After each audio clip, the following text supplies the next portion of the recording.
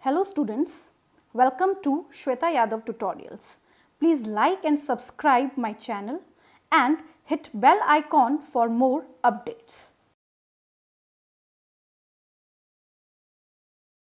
In the last video, we have discussed about the polygenic inheritance or the quantitative inheritance. In this video, we will discuss about the cytoplasmic inheritance. We are discussing a very important chapter of class 12, that is principles of inheritance and variation.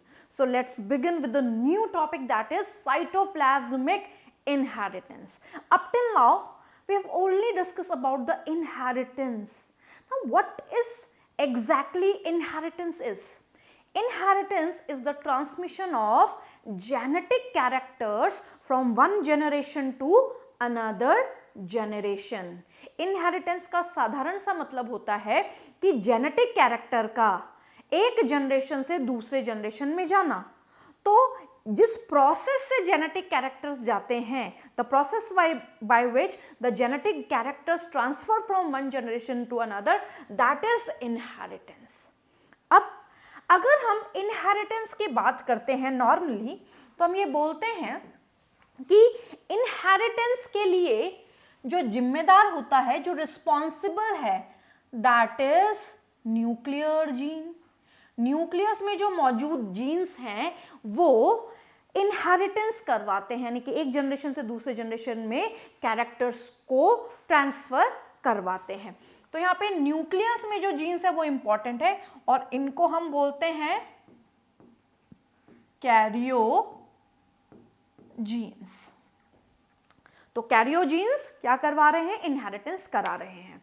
अब यहाँ पे हम बोल रहे हैं इसको cytoplasmic inheritance. तो इसका सिंपल सा ये मतलब समझें कि कुछ ऐसा है सेल के अंदर जो न्यूक्लियस के अलावा है, एक्स्ट्रा न्यूक्लियर है, साइटोप्लाज्म में मौजूद है, इसलिए तो साइटोप्लाज्मिक इनहेरिटेंस है और वो इनहेरिटेंस करवा रहा है। तो सबसे पहले टर्म को समझें। जब हम टर्म समझते हैं तो हम ये बोल सकते हैं कि मान लीजिए ये एक सेल है, एक सेल है, इस सेल में क्या क्या है? हम ये कह रहे हैं ये न्यूक्लियस है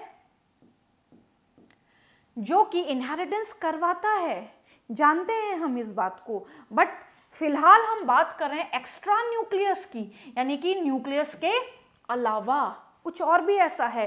तो सेल के पास कुछ ऐसे सेल ऑर्गेनल्स होते हैं और ये जो सेल ऑर्गेनल्स हैं, ये सेल ऑर्गेनल्स, पहला है माइटोकॉन्ड्रिया एंड दूसरा है क्लोरोप्लास्ट। तो सबसे पहले हम बना रहे हैं माइटोकॉन्ड्रिया को, this is mitochondria.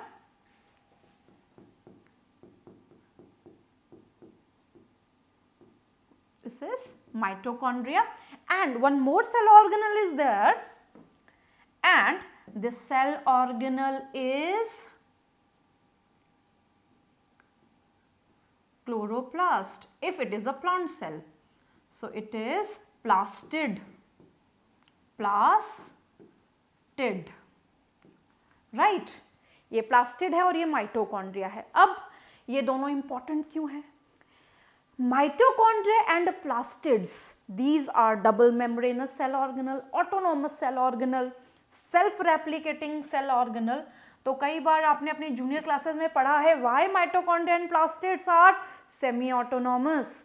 Mitochondria and plastids are semi-autonomous because they are having their own DNA, they are having their own RNA, they are capable to synthesize their own protein. इनके पास अपना खुद का डीएनए है, इनके पास अपना खुद का आरएनए है, ये आरएनए की सहायता से खुद के प्रोटीन और एंजाइम्स बना सकते हैं, क्योंकि इनके पास क्या मौजूद है? इनके पास डीएनए मौजूद है। अगर डीएनए है तो नेचुरली क्या मौजूद होगा? जीन्स प्रेजेंट होंगे। तो अगर इनके पास डीएनए है तो डीएनए की वजह से इनके पास जीन्स होंगे। तो अगर साइटोप्लाज्म में ये दोनों सेल ऑर्गेनल्स हैं तो इनके पास अपना डीएनए है यानी कि जीन्स है और यही जीन्स इनहेरिटेंस करते हैं। तो इसी वजह से हम इसको बोलते हैं साइटोप्लाज्मिक इनहेरिटेंस। अब क्वेश्चन ये है कि जो माइटोकॉन्ड्रिया के जीन्स हैं उनको बोला जाता है माइटोजीन्स एंड जो प्लास्टिड्स के जीन हैं उनको बोला जाता है प्लास्टोजीन्स। प्लास्टोजीन्स और माइटोजीन्स एंड प्लास्टोजीन्स को हम साइटोजीन्स बोल सकते हैं। अगर किसी सेल में केवल माइटोकॉन्ड्रिया है तो ये साइटोजीन हो जाएगा। अगर प्लांट सेल है माइटोकॉन्ड्रिया के साथ प्लास्टिड भी है तो दोनों के जीन्स को मिला के साइटोजीन हो जाएगा। तो सिंपल सा कहने का मतलब है साइटोप्लाज्म में जो जीन्स लोकेटेड हैं उनको बोला जाता है साइटोजीन्स, राइट। तो अगर इनहेरिटेंस साइटोप्लाज्म में प्रेजेंट जीन्स की वजह से हो रहा है तो that is cytoplasmic inheritance. Clear है ये? Now it is discovered by Carl Correns. इसको डिस्कवर करने वाले साइंटिस्ट थे कार्ल स्कॉरेंस, जिनने मिराबिलिस जिलापा में दैट इज 4 o'clock प्लांट में साइटोप्लाज्मिक इनहेरिटेंस को डिस्कवर किया था। जीन्स प्रेजेंट इन साइटोप्लाज्म, जैसा कि अभी हमने डिस्कस किया, उनको हम बोलते हैं साइटोजीन्स। एक्स्ट्रा न्यूक्लियर जीन्स, न्यूक्लियस के अलावा ये जीन्स हैं, इसलिए इनको बोला जाता है extra nuclear genes. Inheritance of those characters which are controlled by cytoplasmic gene or the cytogene is called cytoplasmic inheritance. जो जीन साइटोप्लाज्म में है वो इनहेरिटेंस करवा रहे हैं, that is cytoplasmic inheritance. Cytogenes are present in cell organelles like mitochondria, mitogene and plastid, plastogenes, जैसा कि अभी हमने बताया। जब हम बात करते हैं sum total of the cytogenes present in the cell, जितने भी साइटोजीन्स सेल में प्रेजेंट हैं उनको एक साथ बोला जाता है प्लाज्मॉन्स। क्या बोला जाता है उनको? प्लाज्मॉन्स। तो अगर हम देखें कि ये सेल है, अगर हम देखें ये सेल है तो यहाँ पे न्यूक्लियस को छोड़ देते हैं, इसके अलावा माइटोकॉन्ड्रिया है, यहाँ पे क्लोरोप्लास्ट भी है, तो इनके सम टोटल ऑफ जीन्स जो होंगे इनको बोला जाता है plasmon. They are collectively known as plasmon. Since the zygote receive most of the cytoplasm from the female gamete, ये लाइन बहुत इंपॉर्टेंट है और ये लाइन इसलिए इंपॉर्टेंट है क्योंकि ये लाइन अपने आप में बहुत सारी चीज समझा रही है। नॉर्मली हम एग्जाम्पल लेते हैं मेल और फीमेल गैमेट के फ्यूजन का, राइट, ह्यूमन बींग्स में। तो ह्यूमन बींग्स में female gamete that is ovum, जो कि साइज में बड़ा होता है और उसमें बहुत सारा फूड मटेरियल स्टोर होता है, साइटोप्लाज्म ज़्यादा होता है। और वहीं अगर हम स्पर्म की बात करते हैं तो स्पर्म में साइटोप्लाज्म नेग्लेजिबल साइटोप्लाज्म होता है, ना के बराबर साइटोप्लाज्म होता है, that is in the sperm, right. अब ये फ्यूज होते हैं और इनके फ्यूजन से बनता है जाइगोट। तो जाइगोट में जो साइटोप्लाज्म आता है वो आता है ओवम से, मदर बॉडी से, मैटरनल, क्योंकि जो स्पर्म है दैट इज मेल गैमेट, उसमें तो नेग्लिजिबल साइटोप्लाज्म है। तो इनहेरिटेंस जो साइटोप्लाज्म का हो रहा है वो फीमेल गैमेट से हो रहा है। तो ये लाइन क्या कह रही है? Zygote receive most of the cytoplasm from female gamete, right. So cytoplasmic inheritance को हम मैटरनल इनहेरिटेंस भी बोलते हैं। क्या बोलते हैं इसको? Maternal inheritance. और इसको एक्स्ट्रा न्यूक्लियर इनहेरिटेंस भी बोला जाता है, क्योंकि न्यूक्लियस के अलावा जो जीन्स इनहेरिटेंस में पार्टिसिपेट कर रहे हैं वो एक्स्ट्रा न्यूक्लियर हैं, तो that is extra nuclear inheritance. Now यहाँ पे हमने सिंपल एक सेल ली है, सेल में अगर हम देखें तो ये न्यूक्लियस है, सेल में अगर हम देखें तो ये है न्यूक्लियस, ये है माइटोकॉन्ड्रिया, माइटोकॉन्ड्रिया के पास सर्कुलर डीएनए है, ये सर्कुलर डीएनए है, और ये सर्कुलर डीएनए एक्स्ट्रा न्यूक्लियर है। क्लियर है? एक्स्ट्रा न्यूक्लियर का मतलब है कि न्यूक्लियस के डीएनए से अलग है, माइटोकॉन्ड्रिया का खुद का है। अब इस माइटोकॉन्ड्रिया में जो डीएनए है वो इनहेरिटेंस करवा रहा है, तो that is extra nuclear inheritance, right? Here we take certain example of the mitochondrial inheritance. Mitochondrial inheritance का example है male sterility in maize plant, male sterility in maize plant. तो male sterility के लिए जो जीन प्रेजेंट होता है वो mitochondria में है, माइटोजीन। तो माइटोजीन जो है वो मेल स्टेरिलिटी के लिए जिम्मेदार है मेज प्लांट में। सबसे पहले स्टेरिलिटी क्या होती है? जिनमें फर्टिलिटी की एबिलिटी नहीं होती, ये जो फर्टाइल नहीं होते, रिप्रोडक्टिव नहीं होते, वो स्टेराइल कहलाते हैं। क्लियर? तो यहाँ पे मेल स्टेरिलिटी इन मेज प्लांट एग्जाम्पल कैसे देखेंगे? यहाँ पे हम देखेंगे एक नॉर्मल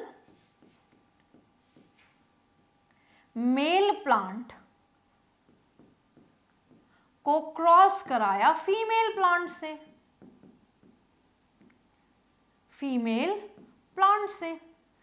अब ये जो फीमेल प्लांट है, यहां पे फीमेल के पास क्या है? फीमेल प्लांट की जो सेल है उसका जो माइटोकॉन्ड्रिया है उसमें माइटोजीन है, और ये माइटोजीन मेल स्टेरिलिटी के लिए जिम्मेदार है। तो जो प्रोजेनी बनेगी, उस प्रोजेनी में जो मेल बनेंगे वो सारे कैसे होंगे? स्टेराइल, क्योंकि मेल ही स्टेरिलिटी यहां पे शो कर रहे हैं। Clear? Next example of plastid inheritance. Plastid inheritance का एग्जाम्पल ये तो हो गया माइटोकॉन्ड्रिया का। तो माइटोकॉन्ड्रिया में हमें कैसे याद रखना है? माइटोकॉन्ड्रिया और we can say that mitogene male sterility maize. तो यहाँ पे माइटोकॉन्ड्रिया मेल स्टेरिलिटी इन मेज, MMM, राइट? तो मेल स्टेरिलिटी माइटोकॉन्ड्रिया की वजह से। प्लास्टिड इनहेरिटेंस का example albinism in certain plants.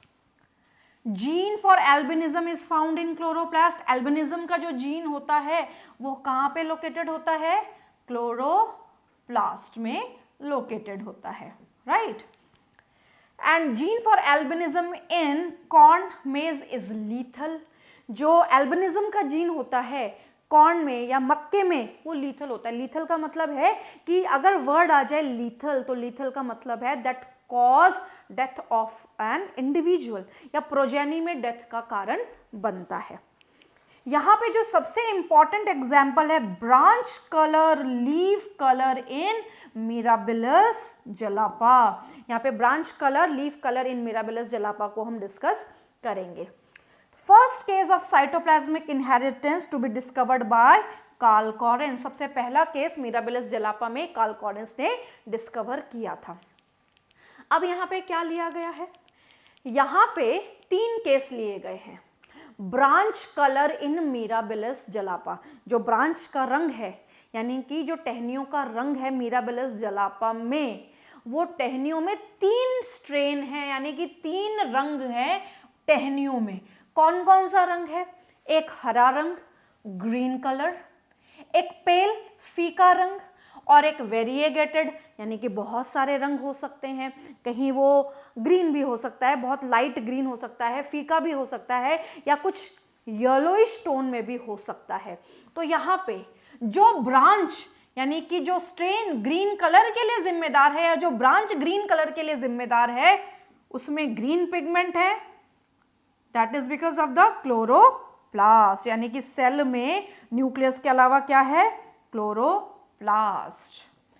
Pail colour, cell में न्यूक्लियस के अलावा ल्यूकोप्लास्ट है, और ल्यूको का मतलब होता है व्हाइट प्लास्टिड, यानी कि ये फीके रंग के लिए जिम्मेदार है।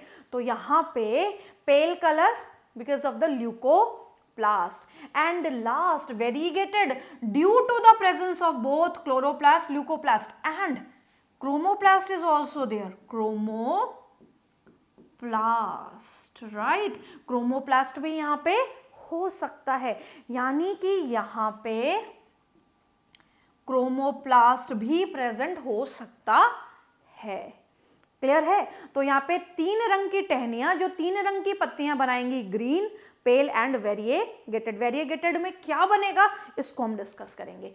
अब हमने क्या लिया, एक क्रॉस किया, हमने ली फीमेल ब्रांच और उसको क्रॉस करा दिया मेल ब्रांच से। फीमेल ब्रांच को क्रॉस कराया मेल ब्रांच से और प्रोजेनी बनी। अब इसको समझने के लिए हमने क्या किया, हमने 3 सर्कल्स ड्रॉ किए, राइट? एक हमने अंदर ही अंदर वाला जो सर्कल है, ये जो अंदर वाला सर्कल है, ये सबसे अंदर वाला सर्कल हमने लिया फीमेल ब्रांच के लिए। उसके बाहर वाला जो सर्कल हमने लिया वो हमने लिया मेल ब्रांच के लिए, और सबसे बाहर वाला हमने लिया प्रोजेनी को देखने के लिए कि प्रोजेनी कैसी बनेगी। तो सबसे पहले हम स्टार्ट करते हैं ग्रीन से। अगर फीमेल ब्रांच ग्रीन है, अगर फीमेल ब्रांच ग्रीन है,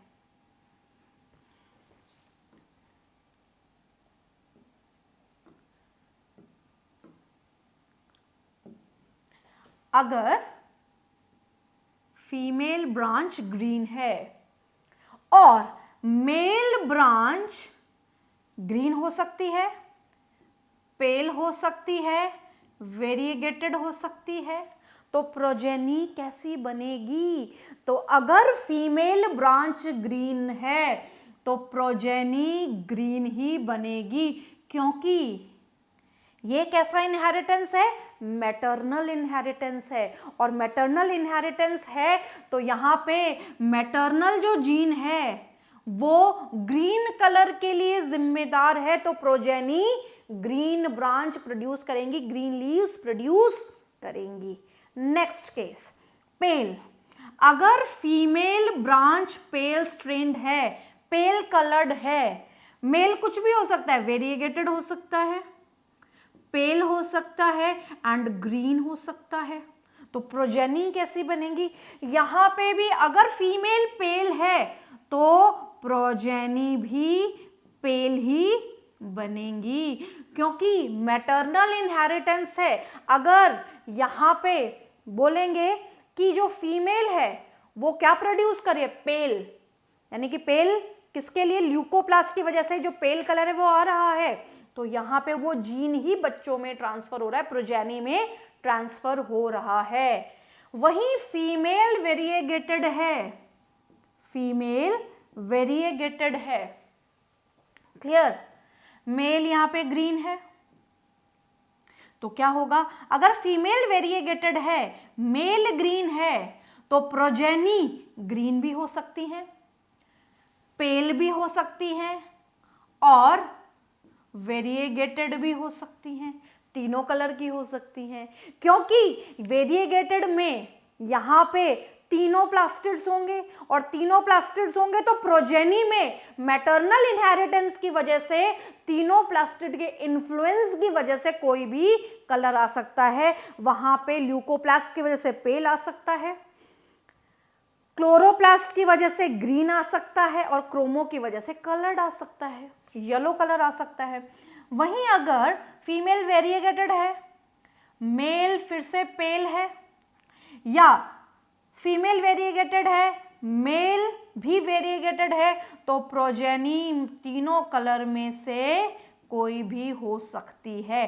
तो वेरिएगेटेड के केस में अगर फीमेल वेरिएगेटेड है तो यहाँ पे प्रोजेनी तीनों रंग की पॉसिबिलिटी में हो सकती है।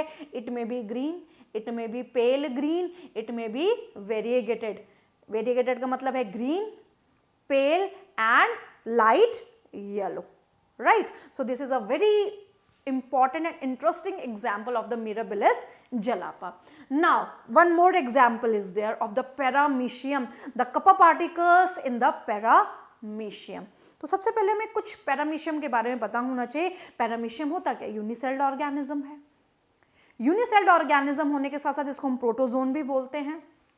अब जो पैरामीशियम है उसके हमारे पास दो स्ट्रेन है, एक किलर स्ट्रेन है और एक सेंसिटिव स्ट्रेन है। स्ट्रेन मतलब दो टाइप मान सकते हैं, दो प्रकार के हैं, किलर और सेंसिटिव टाइप के पैरामीशियम हमारे पास हैं। अब उससे हमें एक्सपेरिमेंट करना है, तो हम क्या करेंगे, यहाँ पे जो किलर स्ट्रेन है उसको किलर क्यों कहा गया, उसके सबसे इंपॉर्टेंट कारण है, जो किलर स्ट्रेन है इसके पास है कप्पा पार्टिकल, कप्पा पार्टिकल्स, और ये जो कप्पा पार्टिकल्स हैं ये पॉइजन सिक्रीट करते हैं, दैट इज पैरामीसिन, एक प्रकार का पॉइजन सिक्रीट करते हैं जो दूसरे स्टेन को नुकसान या खत्म कर सकता है, सेंसिटिव स्टेन को खत्म कर सकता है, साधारण भाषा में ये समझे। तो यहाँ पे किलर स्ट्रेन को किलर क्यों बोला है, क्योंकि इसके पास कप्पा पार्टिकल्स है, ये जो आपको ब्लैक ब्लैक दिखाई दे रहा है दैट आर कप्पा पार्टिकल्स। इसी के साथ साथ किलर स्ट्रेन के पास दो डोमिनेंट जीन्स हैं, दो डोमिनेंट जीन्स हैं, राइट। वहीं सेंसिटिव के पास रिसेसिव जीन है, सेंसिटिव के पास क्या है, रिसेसिव जीन है, ये है रिसेसिव जीन, राइट। अब यहां पे ये साइटोप्लाज्मिक इनहेरिटेंस का एग्जाम्पल क्या है, एग्जाम्पल है kappa particles in paramecium, kappa particles in paramecium, जो कि साइटोप्लाज्मिक इनहेरिटेंस का एक बहुत ही कॉमन एग्जाम्पल है। अब हमें एक बात समझनी होगी कि एक पैरामीशियम ये है, एक पैरामीशियम ये है, राइट। अब ये दो पैरामीशियम है, राइट। अब ये जो दोनों पैरामीशियम है ये सेक्सुअल रिप्रोडक्शन करते हैं। पैरामीशियम में जो सेक्सुअल रिप्रोडक्शन है उस एक टाइप के रिप्रोडक्शन को हम कहते हैं कॉन्जुगेशन, इनके बीच में कॉन्जुगेशन होता है। कॉन्जुगेशन जब होता है तो इसका जेनेटिक मटेरियल इसमें ट्रांसफर होता है, इसका जेनेटिक मटेरियल इसमें ट्रांसफर होता है।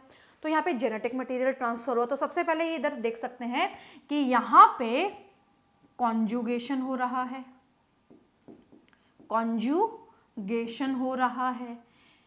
ये कॉन्जुगेशन एक टाइप का सेक्सुअल रिप्रोडक्शन है। अब ये जो कॉन्जुगेशन हुआ, जब ये आसपास आए, एक दूसरे के नजदीक आए, इन्होंने कॉन्जुगेशन किया, तो ये लेस देन 3 मिनट्स था, 3 मिनट से भी कम का कॉन्जुगेशन था। तो इस 3 मिनट के कॉन्जुगेशन में केवल इनको इतना ही टाइम मिला कि ये अपना न्यूक्लियर जो जेनेटिक मटेरियल है वो एक्सचेंज करें, यानी कि केवल न्यूक्लियस में एक्सचेंज हो, अपना जेनेटिक मटेरियल एक्सचेंज करेंगे, वो भी कौन सा, न्यूक्लियर जेनेटिक मटेरियल। और जैसे ही इनका न्यूक्लियर जेनेटिक मटेरियल एक्सचेंज हो जाएगा ये सेपरेट हो जाएंगे, जैसे ही सेपरेट हो जाएंगे तो ये नए वेरिएंट्स बनेंगे, इनको हम कहेंगे एक्स कॉन्जुगेंट्स।